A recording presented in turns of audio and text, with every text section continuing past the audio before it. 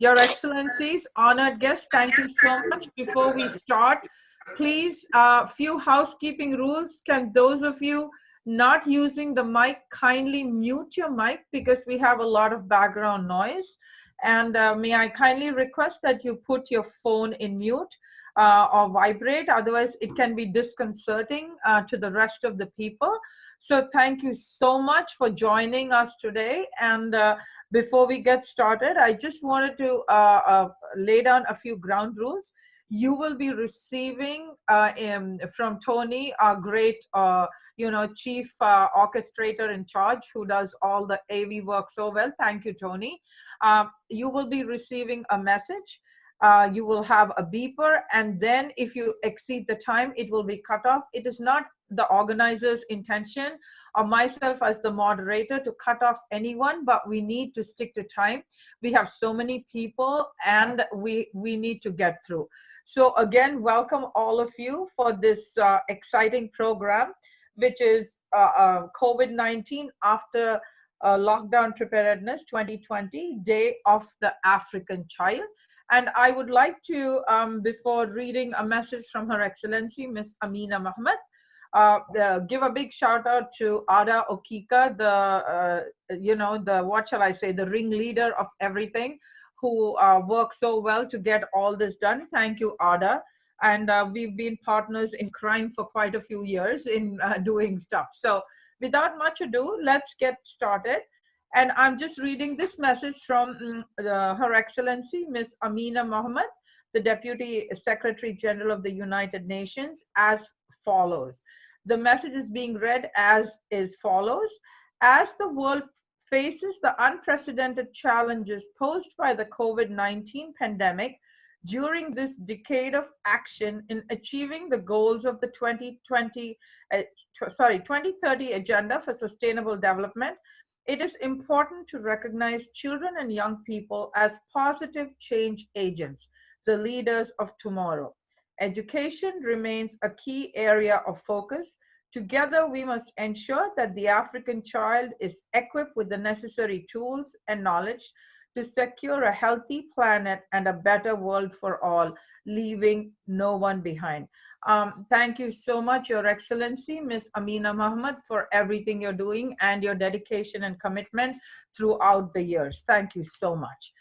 Now, it gives me great pleasure in starting this program with the first session, which is COVID-19 and the African child, which is challenges and issues.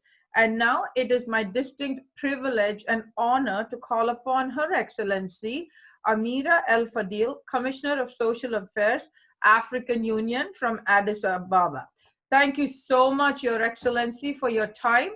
And please, it's an honor to have you start off the program and give us your valuable remarks. Thank you, ma'am. Thank you very much, Dr. Badmini, and thank you for inviting me to represent the African Union in this meeting. I agree to all the participants and all protocol observed. The Day of the African Child is commemorated annually on June 16 by the African Union and its member states. The occasion was first conceptualized by the heads of states and government of the OAU in memory of the 16th June 1976 student uprising against apartheid in Soweto in South Africa. The mandate of the African Child Rights Committee includes identification of the annual theme of the Day of the African Child and also lead to the commemoration of the day. The committee decides on theme based on consultation with member states, among other considerations. This year's theme of the Day of the African Child is access to child-friendly justice in Africa. The African Charter on the Rights and Welfare of the Child provides for the protection of children in contact with the law in line with their best interest and evolving capacity, while taking into account their survival and development and their meaningful participation. Moreover, the practice on the ground is far from normative frameworks. Hence, the Day of the African Child commemoration is an opportune time for awareness creation and sensitization of our states as duty bearers and other stakeholders. And other stakeholders. In 2020, the world is contending with the COVID-19 pandemic and its direct and indirect consequences.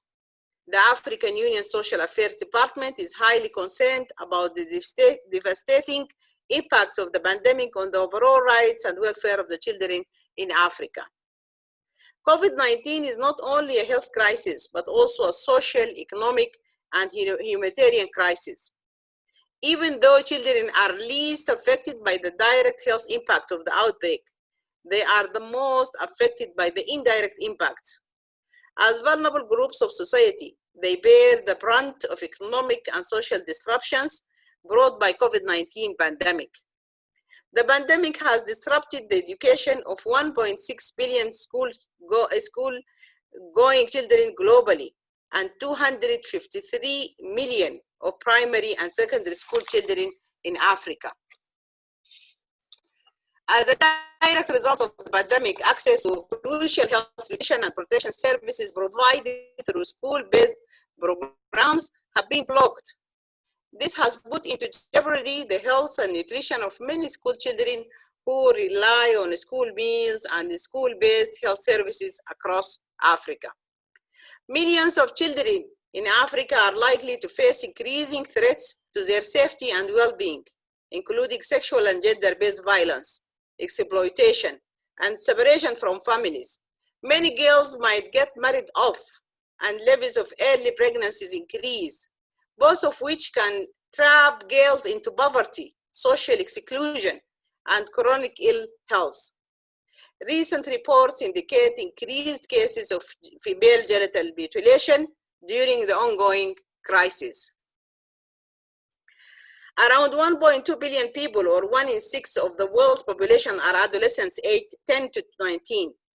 Africa is the region where adolescents make up the greatest proportion of the population, with 23% of the region's population aged 10 to 19.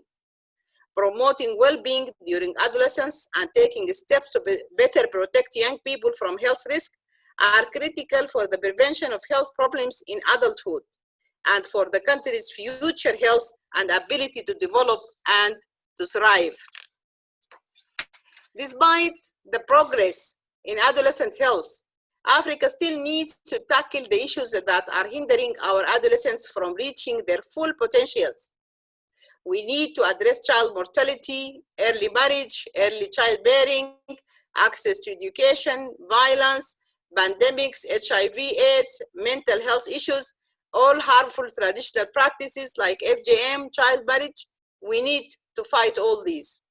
Millions of children are temporarily out of school due to the COVID-19, with the risk of permanent dropout, especially children in vulnerable situations, such as the girl child, children with disabilities, children who belong to economically disadvantaged parents, and children living in rural areas, to mention but a few. The pandemic is likely to result in a devastating effect on family functioning by derailing the progress towards poverty reduction and pushing additional 59 million people into extreme poverty in Africa.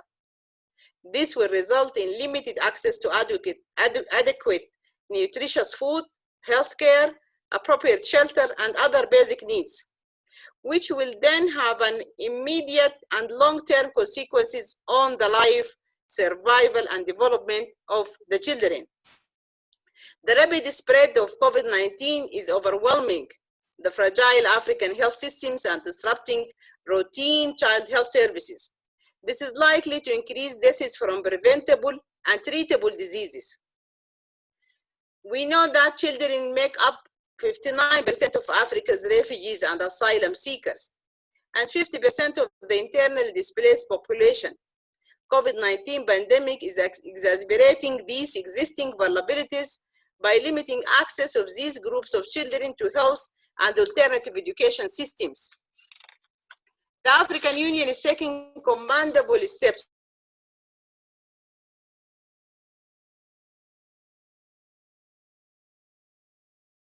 Department of Social Affairs is taking various measures and working closely with member states to minimize the indirect impacts of the outbreak, and above all, to ensure that measures taken to tackle it do not jeopardize human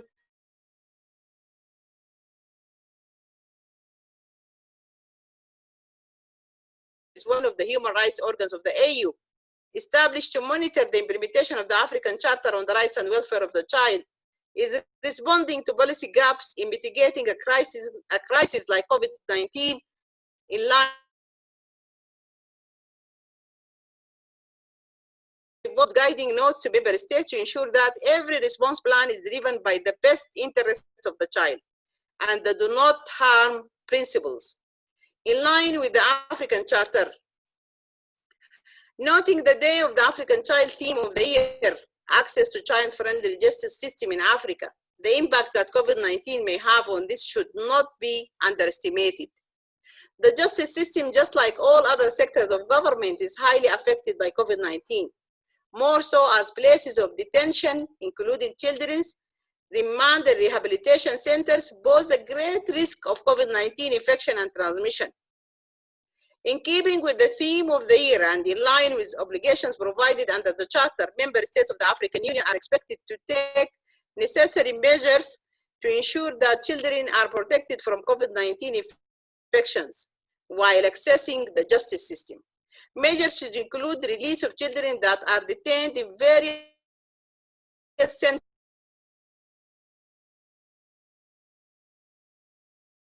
centers and access to quality healthcare without status. Thank you very much for giving me this opportunity.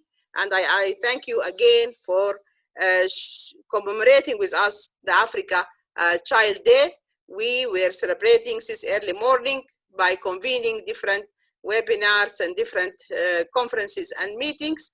And we are working very closely with our international partners and UN agencies. And I can name UNICEF as one of these leading agencies in partnership with the African Union Commission. Thank you very much for giving me this opportunity. Thank you so much, Your Excellency. That was a great start to this program. And I particularly resonate when you talked about how you link the social determinants of health, where you talked about the health and the economic crisis. And indeed, you know, we are talking about the African child, but as you put it so well, it is same for children all over. And thank you so much. And, you know, congratulations and gratitude for the great work you and your team are doing. And also for our attendees, we have quite a few attendees. It was a real treat to hear you. And I would like to say, if you have any questions, please type it in the Q&A box, because we will be having questions after each panel. And thank you so much again. And our next speaker is, you see, we believe in gender equality. We've had Her Excellency Amira El Fadil give such a great talk. And now we have a gentleman, Mr. Peter Ferris, retired teacher, Global Teacher Ambassador, Europe. And he will be talking about the global perspective on health and well-being. So the mic is yours, Mr. Ferris. And if you have any slides, could you please do a screen share? Thank you so much. And again, may I request all the speakers not speaking to kindly mute yourselves. Thank you. Sir, the floor is yours. Thank you so much. Bless you. And I'm deeply, deeply honored to be invited here and to be speaking to you all. So very simply, in 2017, I was honored to be chosen as one of the top 50 teachers in the world. And from that, I then became a global teacher ambassador. So from that, I've spoken since lockdown at 4 international online conferences. And I've heard the most inspiring stories and the most harrowing stories from teachers around the world. And comments have come out such as, you cannot teach a hungry child, or a child actually asked this question. They genuinely asked this question: shall I buy data to keep up with my schoolwork, or shall I allow my parents to buy food? Well, the thing is, we can't let that go on anymore. And basically, so to let you know, in 2014, I co-founded the Ring of Peace. It's a competition that runs annually on the UN Day of Peace, which is the 21st of September. And we ask people from around the world, and now especially students in schools, to suggest a message of peace.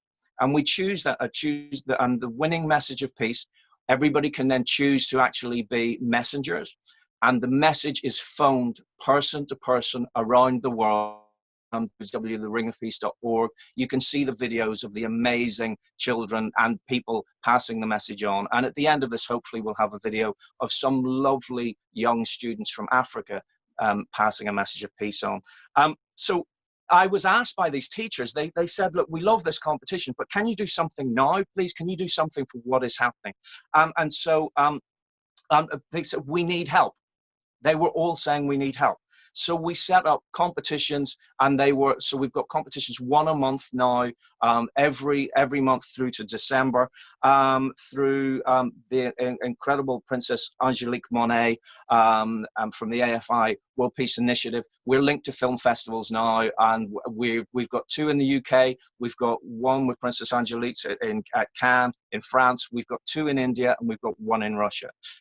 Now, what was asked from that was actually, the entry is free, but could we get donations, and could those donations then go to the teachers, and they will go to disadvantaged students? So basically, the money will go towards food, it will go towards buying computers or tablets or smartphones, and buying Wi-Fi and data, because every country has different needs, and that's what we're trying to do. And so the global teachers will pass those out to the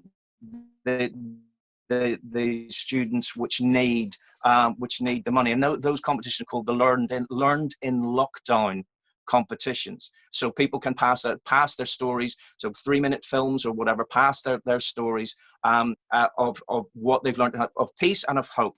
And so that's what's been going on. But one of the incredible things I think that must be taken, although this pandemic is a tragedy, it must also be seen as an incredible opportunity. And the opportunity is this: we have been teaching for the same way for 100 years. Now we must change the way that we teach. Whereas it was seen before that people that were learning online or learning remotely were disadvantaged, now every student is going to learn online. Every student, whether that is part or complete, but this is going to continue pretty much for a very, very long time, if not forever. And there is a beauty to this, that actually, when I teach, what we realize is the shy students, when you're teaching one-to-one, they get 15 minutes with you. You see them light up because they've got 15 minutes on their own with their teacher. And that's what's magical. And so I think that really it must be now sorted out with governments and providers. It must become a legal right for students to have access to Wi-Fi, access to data. They must have. Why is it that our teachers have to go and find the answers? So, for example, one of our teachers has gone and found a way to get solar panels in to allow that to work. Another one has found laptops so that they aren't stolen, as iris recognition, so that the students have them. Basically, there are all of these various ways. Incredible teachers, wonderful teacher in Sierra Leone taking radios. Her older teachers are taking radios. You will see from the images, taking radios on their heads across swollen rivers to get the students so that they can learn from the teachers teaching online. This is what is wonderful. We're in a new world. We are definitely in a new world. And I think instead of seeing this as a tragedy, we should see this as an opportunity, and an opportunity for all. And I don't know if it's possible for Tony to play the video. That would be lovely. If Tony can't show the video, I will explain. It had wonderful young African students passing on messages. For example, a wonderful message: when the love of power changes to the power of love, then we will have peace. Just beautiful. My peace message is every breath we take, every step we make can be filled with peace. Thank you.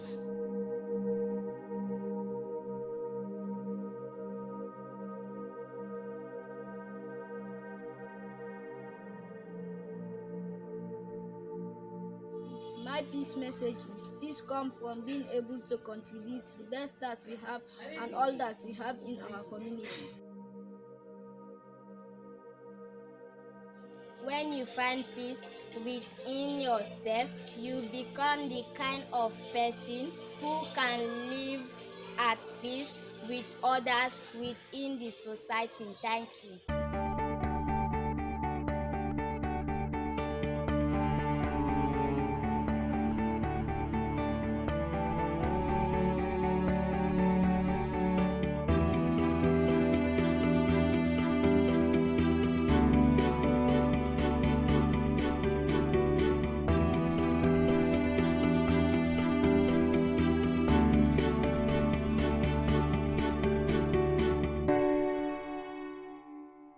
When the power of love overcomes the love of power, the world will know peace. Thank you. But it's something that is truly inspiring and something that honored to be amongst all of you. And thank you indeed. Bless you. Thank you so much, Mr. Ferris. Congratulations on being recognized as a top 50 teacher. Very well deserved. And as an academician, I resonate with you. I mean, your passion is incredible in shaping these children, just not educating them. And you raise a very important issue. Do you buy a mask or do you put food on the table for your family? The same thing do you find by data. So thank you, sir. And I'm sure we'll have questions for you. I already saw a question for you on the chat box. And thank you again for your time. And now it's my honor to invite Ambassador Dr. Diana Canoli, who's a global leadership strategist at Diana Canoli Enterprises from New York. The floor is yours, Dr. Diana. Thank you so much, and I'm going to share my screen with Thank you so much. It is an honor to join you and the global community in commemorating the 2020 Day of the African Child. So just let me know. Okay, awesome.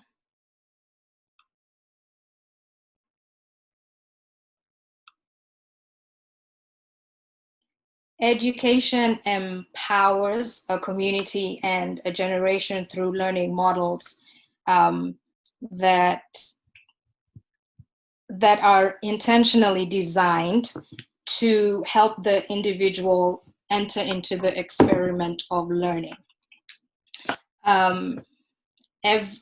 And when I think about a holistic system of education, I think about the power of this moment in time that we are gifted to be in, a defining moment where those who have the courage to learn, unlearn, and relearn will become authentic advocates and allies for the African child.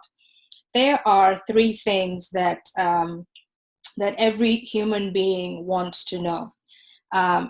Every child, do you care for me? And this is a question of compassion. They want to know that you truly care. They want to know that you think well of them. The second question is, can you help me? This is a question of competence. Will my life get better? Are you going to lift me? Question three is, can I trust you? This is a character question. If I give you my life, can I trust you? Will you manipulate me? Are you going to put me first? I would like to offer an opportunity where we can do a check-in with the intention of our hearts as we lead. Number one, since you're leading these lives, are they better off? Will you get better off in them? Worse off? Will you use your power to manipulate? Are they going to get a win, or will you get the win? We have an opportunity to shift the focus towards the African child's empowered life. in the care approach, let us consider how are we communicating with empathy and not sympathy, because sympathy can still be very condescending. In what ways are we advocating for the African child by listening and learning? How are we relating to build bridges through rehabilitation and reintegration as the main objective? How are we educating ourselves? What are we learning with the intention of prioritizing the needs of child victims and witnesses of crime during and after war? The courage to dream again. Dreams empower us to become the best versions of ourselves when they are nurtured intelligently and with care. Every child has the right to live a fully expressed and expanded life. And we can encourage them to talk about and take ownership of their dreams and desires. We can help them identify what is getting in the way, what is holding them back, what is keeping them from taking the next step towards their dream. And as we redefine and refine and define learning systems, you see, what holds us back in life are those moments when we get confused and are unable to get in harmony with our dreams. And by default, we go from confusion to absolute frustration. This is true for children and adult learners. So I would like to offer an alternative perspective for us to consider. Young children, let's say when they're between the ages of 1 and 2, when they're in confusion and they don't know what something is or how to do something, this is the process you will observe them take. From confusion, they move to exploration. They explore their environment. So they may lick a spoon or an object, then they move to discovering, and then they take action. And how empowering would it be for the African child if we can begin to refer them back to our learning model from when we were young and offer that as a possibility when they're confused, challenged? We may find that this is the necessary state for them to literally grow from confusion to exploration to discovery to action, because all growth comes from a state of confusion. And leveling up the global platform by teaching leadership values with a focus on community and nation transformation. The I Lead Leadership Program by leadership expert John C. Maxwell has 4 components. Year 1, I choose. We want them to understand that they can make choices. In year 2, it's the I do. We want them to know that once they have made their decisions, they can now take action. In year 3, we want them to begin to gain an opportunity to practice leadership. In year 4, we want to see a life literally transformed, a community literally transformed, and a nation literally transformed. So each component is comprised of 16 lessons with the goal of helping them learn leadership values and teaching them how to apply it to their own lives. These values are recognized by some of the largest and most successful companies in the world. I Choose was designed to provide them with an environment for leadership values to be introduced, to be practiced and shared, because many of today's young leaders equate leadership with position, abuse of power, bribery, corruption, and few young people have a healthy and correct understanding of what leadership is and how they can apply it to their lives and the lives of others. So far, 5.2 million students to date have gone through the I Lead program, because the education departments in nations like Paraguay, Barbados, the USA, Ghana, Rwanda, and Kenya have partnered with John Maxwell to produce this program and reverse the negative portrayal of leadership. by offering a desirable portrait of leadership based on values that can be applicable to a young person's life, values they can admire, implement, and choose to aspire to for a more positive and sustained life. There are 5 things that we want them to gain from this. We want them to identify the 16 values of leadership. We want them to take ownership of the decisions that they make. We want them to practice leadership values and develop those values. We want them to evaluate themselves with their applied knowledge. And we also want them to take turns guiding small groups and as they lead. And this is the best way to really provide them that opportunity to practice leadership.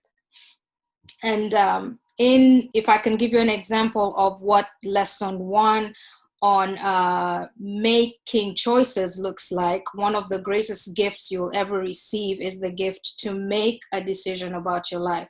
So we want them to understand that choice is a gift and there are benefits when you make that decision.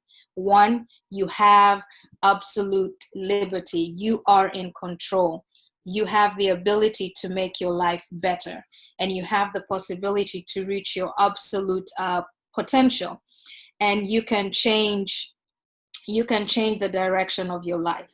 We offer them a thinking point and asking which of these benefits is most important to you. We want them to engage and to think about what choice can I make today that I couldn't make yesterday. We also want them to consider what choice can I make today that will have a positive impact on my life. And finally, to anchor the lesson, we have the application, which they can begin to think of what 3 ways can you reinforce with the decision that you have just made. And thank you so much for the opportunity to share this with you. It's an honor to be here with you today.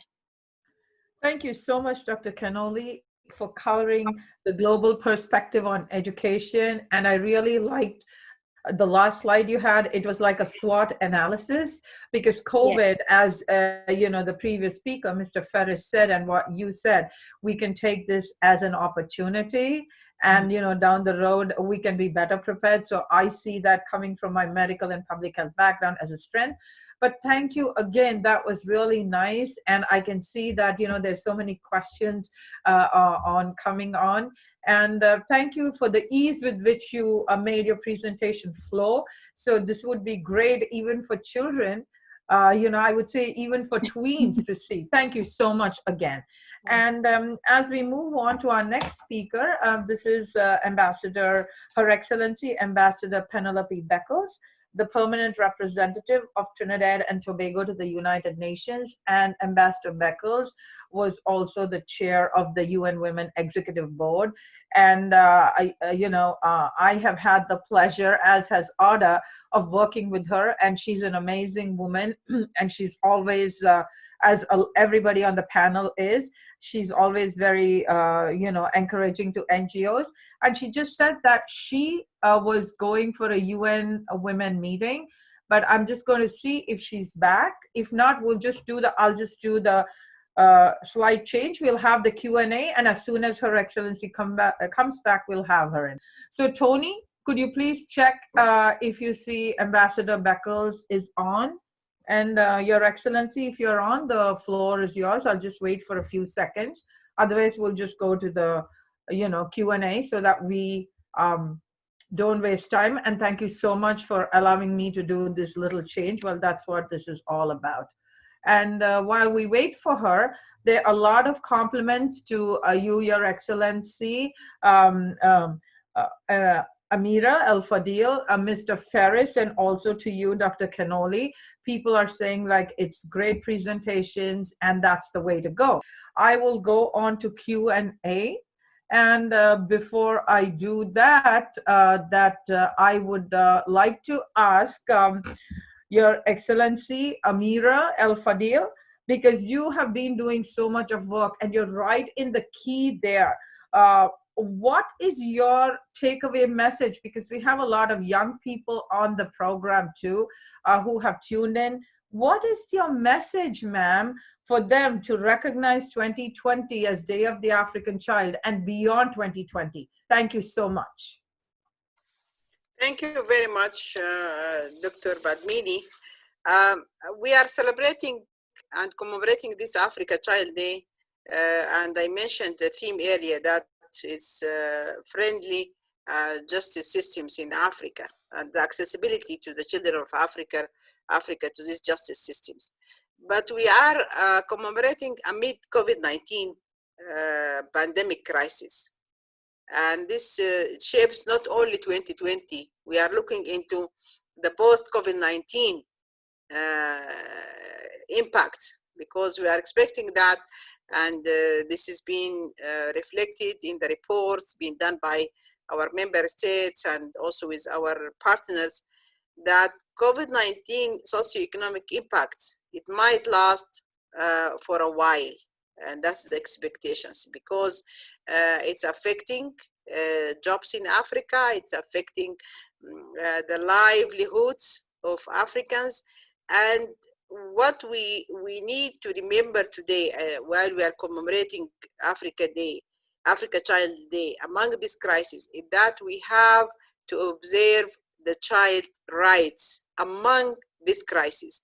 We have to make sure that children are protected, the rights of children are protected. We don't want children to be neglected because they are affected indirectly by this crisis.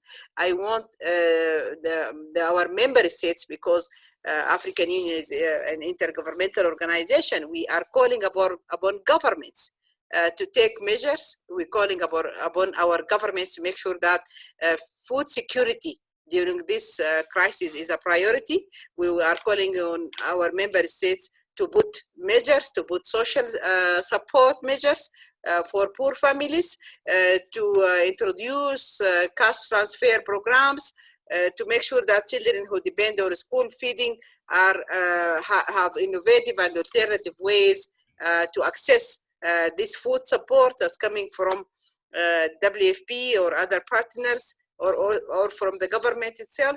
We want to make sure that we have strong social protection and social security policies in our member states, and we are calling upon them to implement, because when it comes to policies, the policies we have it. When it comes to decisions on the continental level, when it comes to legal even instruments for the implementation, we have it, but there is gaps in the implementation because there is differences between the member states in their economic abilities and also in having strong systems to deliver. So child rights is to be protected, is to be observed by governments, but also I will extend my call to all civil society organizations. They have a role to play. I call also upon private sector as one of the main stakeholders when it comes to progressing and promoting child rights in Africa. Thank you. Thank you so much, Your Excellency, for your remarks. And thank you so much for your leadership and your, what shall I say, your great efforts in including all of us. Thank you so much. Now, as we wait for Ambassador Beckles, I would like to, I think the second question is for you, Mr. Ferris. This is from Sierra Leone. And they want to know if you have any kind of a WhatsApp group where people can connect with you, sir. Certainly, we don't have a WhatsApp group. We've got www.theringofpeace.org, which is the link that people can go on and they can contact with us and they can see the competitions that we have each month, and therefore there's an award each month for the best from a teacher, best from a student, and best from a parent. Because what we discovered in all the conversations was each of them felt they needed to be heard, and they needed to be heard around the world. And we'd spoken to educational psychologists as well, who said they need that chance to express themselves. So they can certainly find how they can enter the competitions at www.theringofpeace.org. Thank you, Mr.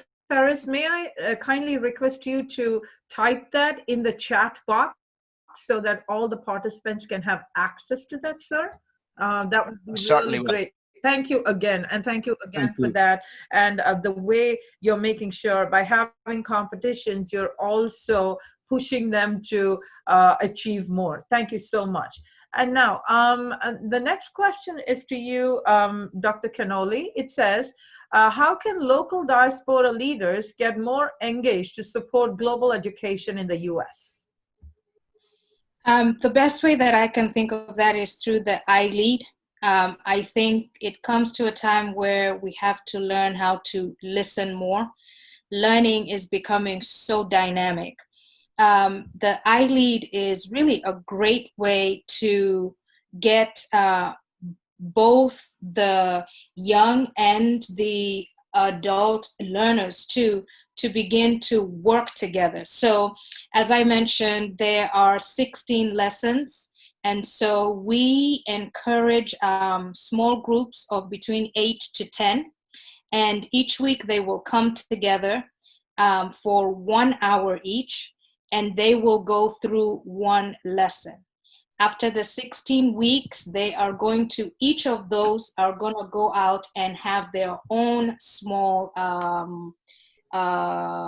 groups set up. And this is the way we see exponential growth as well. So I hope that answers the question. I saw a couple more. Yeah, I'm just going to ask you that. Okay. This question, Right. yeah, I'm going between the screens.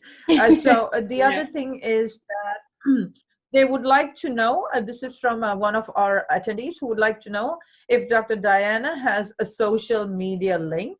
And if you do so, do you mind posting that? Because a lot of people would like to contact you. So maybe the URL, Dr. Canoli, of your organization and your, Twitter handle or your LinkedIn, whichever you choose.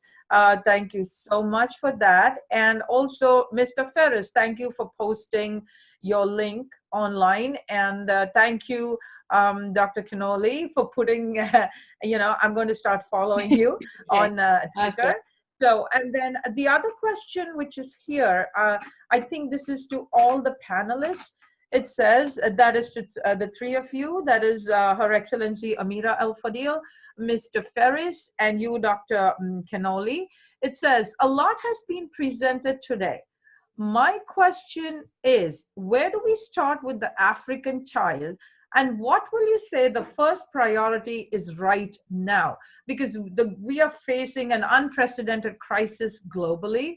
So I think the question from one of our attendees is, what would you say the first priority is right now? So maybe we would like to start again with Her Excellency, Dr. Amira El-Fadil, Your Excellency. Thank you. Thank you very much, Dr. Badmini. I think the priority now is for food. We want to make sure that children, they have accessibility to their needs, to have food and to have nutritious food, not just food. This is a priority. I think the second priority is the continuation of their education. And there is challenges when we speak about the continuation of education, because the close down of the schools, children now are schooled from home through internet. And the challenge is there is wide areas in Africa with no internet coverage. So it will create a problem that for children, there is large numbers will be deprived from the continuation of their education. Also, we have a fear that this lockdown of the school, it will cause school dropouts for boys and girls, and mainly for girls. So this is one of the threats. That's why we want to continue our awareness campaigns on protecting children at this time of pandemics, and to make sure that these children will continue their education. They will be provided with their basic needs. And we should not forget the children that are in vulnerable situations, like the children who lives in refugee camps, IDP camps, children who are on the move, migrating from one place to place. We should also look into the children who lives in conflict zone areas, also affected by conflict. So we should not neglect the children in vulnerable situations. And I think the responsibility begins on the shoulders of the governments. The government has the biggest responsibility, but also involving everybody, taking everybody on board, going down to the level of the communities, involving community leaders and religious leaders and grassroots organizations is very important at this time of crisis. We in Africa, we agreed, our heads of states and government, they agreed on Africa to act in solidarity and to do it together, to do the fight against COVID-19 in unity as African member states. And this is what we are leading here at the African Union Commission. This is what we are doing through our specialized technical agency, which is Africa Center for Disease Control and Prevention. We are bringing all of Africa together in this fight. We are pooling our resources. We are establishing anti-COVID-19 response fund. But the fund we are establishing is not only for health, to address health issues. It's also for addressing socioeconomic challenges that caused by this COVID-19. Thank you. Thank you so much, Your Excellency. Now, Mr. Ferris, you have 30 seconds to answer this question, sir. What do you think is the most important priority or the first priority right now? Thank you. Brilliant. I agree absolutely with everything that was said there. Definitely food. That's the way forward. But completely, governments need to sit down now with providers of Wi-Fi and data, and either that has to be provided free. So the children must get it free, the schools must get it free, and either it needs to be that the Wi-Fi provider then delivers that for free, or they cut the price to 50% and the governments pay 50%. But I would say one thing, and I hope this isn't too much to say, but I feel that we're in a brand new world now, and I think that major organizations that are run, we know that governments are only thinking 5 years ahead. They'll say they're thinking 30, 40, or sorry, longer ahead, but now it's, if the government says we want to do it and then they say, but we don't have the money, that needs to be taken as a green light to go ahead and do it. And then the organizations should take responsibility and move forward with that. They now have to go, okay, and do it. We can't stop now. The world has realized how linked we are. It was always somebody else was in the problem. Now we all suffered this together. And I think it's a brand new world. And I think there, like I said, there's a huge opportunity.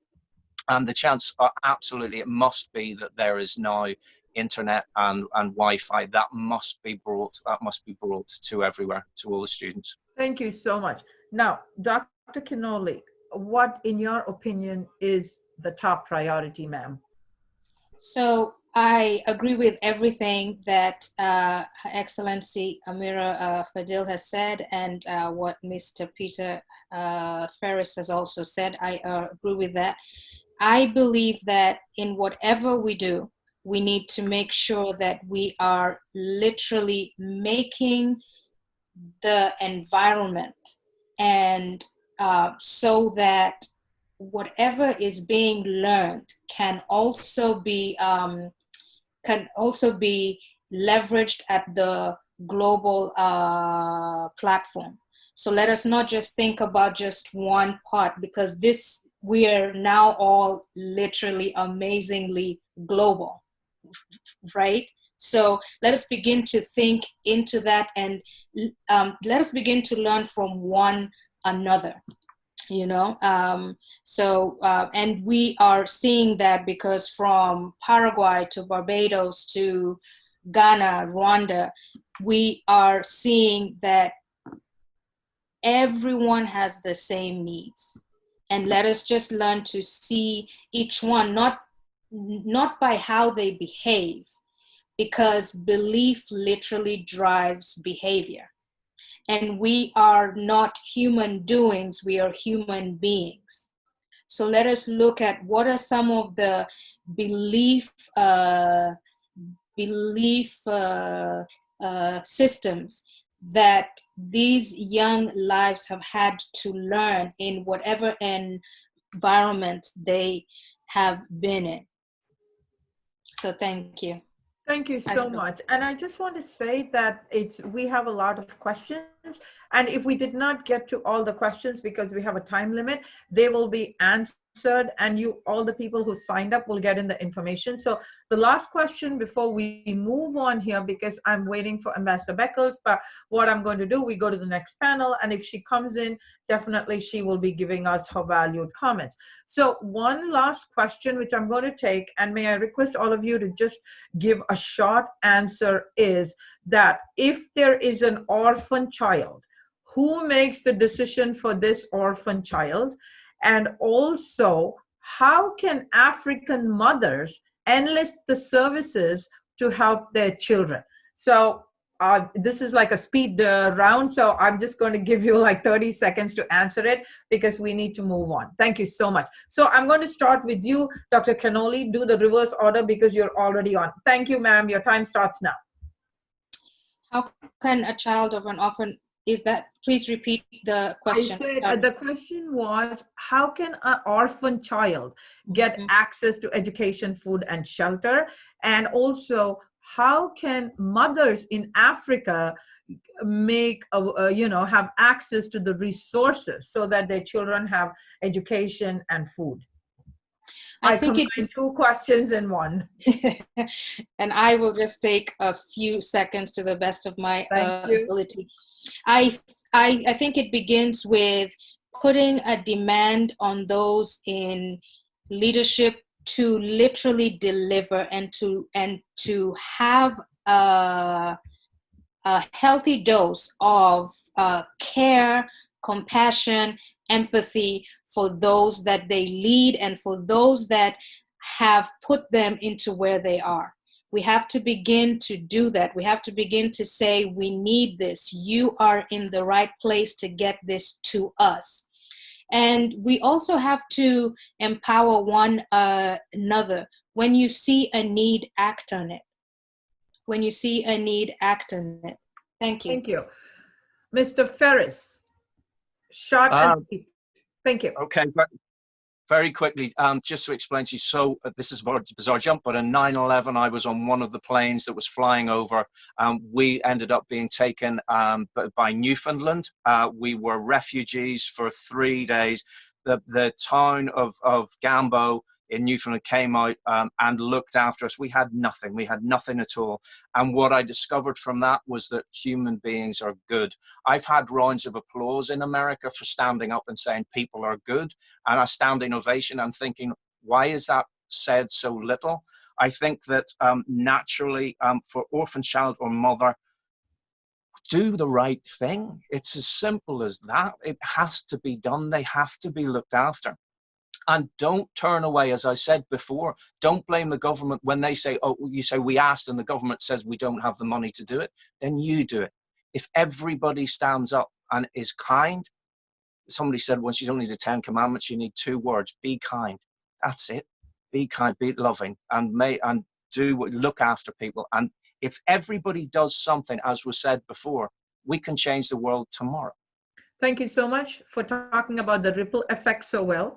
Thank you. And again, Your Excellency, Amira El Fadil, ma'am, you have 30 seconds for your Thank you. response. Thank you. Thank you so much. Thank you. I think I will start by saying that orphans are different categories when we talk about orphans, because there is orphans who have extended families. There is orphans who have no parental care. There is orphans who are born out of wedlock. In some countries, they will be put into institutions. So there are different categories of orphans. But I think the responsibility is, again, it starts with the government. The governments are responsible to have the right policies for these categories, and plus the right policies, they need to have legally binding instruments about the right of these orphans, and also to have mechanisms and to have institutions or child councils or any kind of institutions that can deliver and they can take care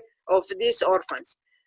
Plus the community. I always call for communities, because I think And this is one of the unique things about Africa. We still have very strong communities, we still have our extended families, so we can use these values of the extended families and of the communities to help and to give a hand and to take care of the orphans. The second part of the question, when you talked about mothers, I think we are talking, if I understood you well, about the single mothers maybe, or the mothers that are the heads of their household. This is a category that we need to support and we need to empower, because these women, they need to be supported in having small income generating activities. If they don't have proper jobs, they need to be supported into having house shelters, into having the basic needs of food, water, and they need to be supported. And again, I will say the stakeholders are the governments plus the civil society organizations, that especially the civil society, women civil society organizations, they need to support these women who are caretakers or head of their households. Thank you. Thank you so much. And thank you, everybody. That was a great first panel. We are moving on to the second panel, because as soon as Ambassador Beckles is back from her UN meeting, she will join us. Thank you again, ladies and gentlemen. It was a true pleasure. And thank you for your